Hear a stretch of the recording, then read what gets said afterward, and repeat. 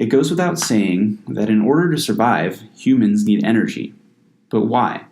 Many processes in our bodies don't happen on their own. They're non-spontaneous.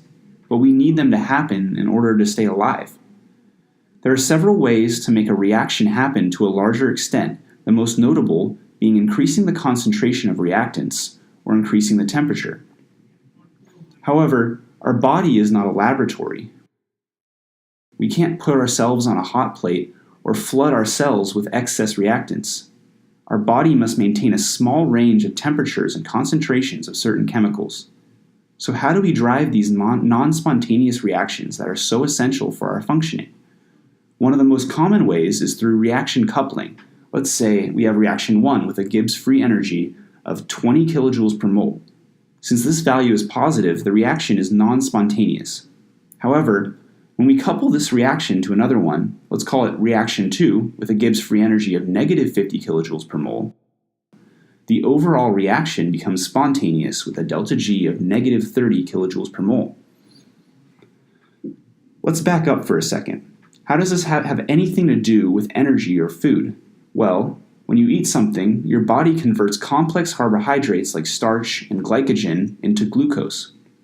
When your cells need energy, they must use this glucose to drive non-spontaneous reactions. Although the bonds in the glucose molecule contain a lot of energy, your cells cannot use this energy directly. They must convert it to a form that is useful for reaction coupling, a molecule that you've probably heard of called adenosine triphosphate, or ATP, which consists of an adenine and a ribose molecule attached to 3 phosphate groups.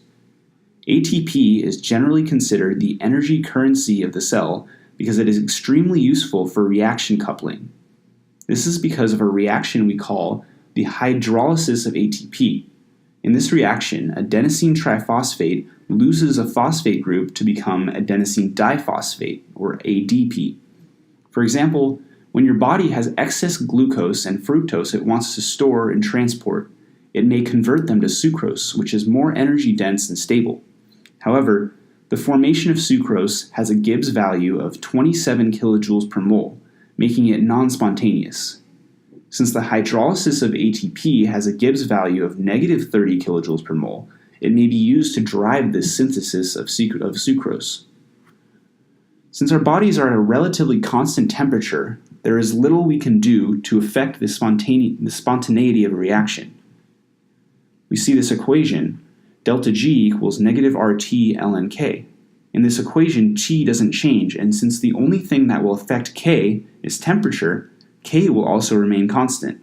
Therefore, delta G for most reactions in the body does not change depending on conditions. The body thus has a limited amount of tools at its disposal to make these reactions occur. This is why we have evolved into reaction coupling machines and why our bodies have so many tools to do this. One such tool is something called an enzyme. Your body has countless enzymes that each fill different roles, and many are involved in chemical reactions. Each enzyme contains an active site, an area in which it facilitates a chemical reaction. When we studied reaction rates, we learned that the orientation of molecules when they interact is important. When molecules enter an active site, they are configured in an optimal orientation that facilitates a reaction. This has implications for reaction coupling. Enzyme active sites can help couple the hydrolysis of ATP with a non-spontaneous reaction in order to drive it. Your cells must maintain an overall negative Gibbs free energy in order to survive. They do this by maintaining a large concentration of ATP. In biology, you might have learned that the mitochondria is the powerhouse of the cell. The reason for this is that the mitochondria are constantly converting the spent ADP into ATP through the decomposition of glucose. If this were to stop, the cell would reach equilibrium and all non-spontaneous biological processes would cease, resulting in cell death.